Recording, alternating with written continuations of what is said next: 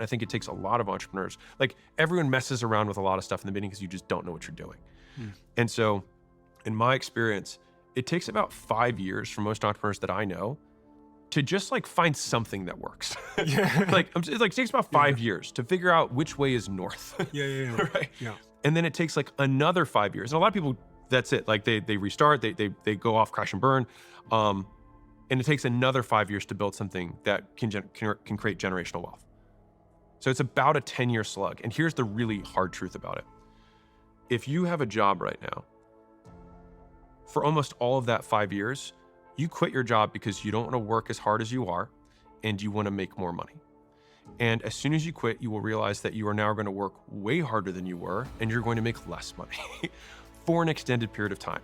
The one benefit is that you get to claim all responsibility for how little you make and how much you work because you're like, my boss is an idiot and it's me.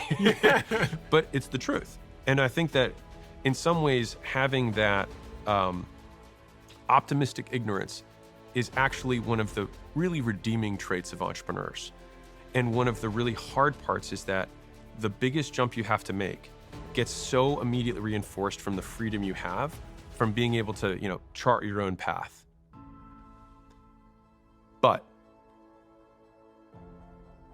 that big success of quitting one thing and starting another, you need to immediately forget.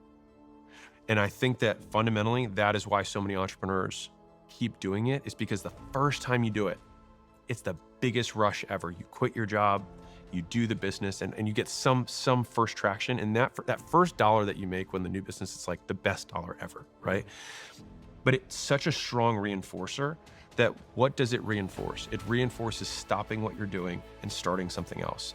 And so I think one of the fundamental errors of entrepreneurship is that sometimes the jumping ship to start this thing is the lesson that you need to immediately unlearn, because after that, you have to just stick with it for a very long period of time.